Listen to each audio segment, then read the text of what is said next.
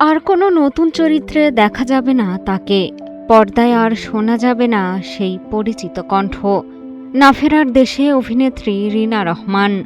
গুণী এই শিল্পীর মৃত্যুতে শোকের ছায়া নেমে এসেছে দেশের সংস্কৃতি অঙ্গনে।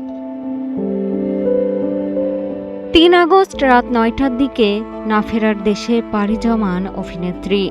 সামাজিক মাধ্যমে দেয়া এক শোকবার্তায় মৃত্যুর খবরটি নিশ্চিত করেছে দেশের অভিনয় শিল্পীদের সংগঠন অভিনয় শিল্পী সংঘ বাংলাদেশ। দীর্ঘদিন ধরেই নানা শারীরিক জটিলতায় ভুগছিলেন রিনা রহমান, অবশেষে হেরেই গেলেন। সুস্থ জীবন, সুন্দর পৃথিবী। টেলিভিশন, চলচ্চিত্র আর মঞ্চের দীর্ঘ অভিনয় জীবনে দর্শককে উপহার দিয়েছেন জীবনের নানা বাস্তবতায় জড়িয়ে থাকা অসংখ্য কালজয়ী চরিত্র।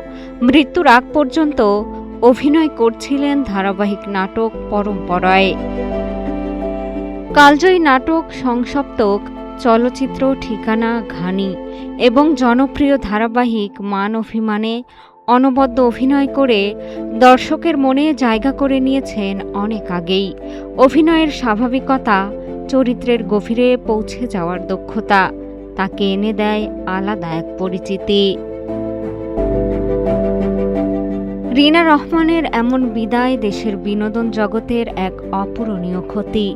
তার সঙ্গেই হারিয়ে গেল অসংখ্য স্মৃতি, চরিত্র আর দীর্ঘ শিল্পযাত্রার সোনালী অধ্যায়। অভিনেত্রী হয়তো আর কোনো নতুন চরিত্রে ফিরবেন না, তবে দর্শকের স্মৃতিতে বেঁচে থাকবেন চিরকাল।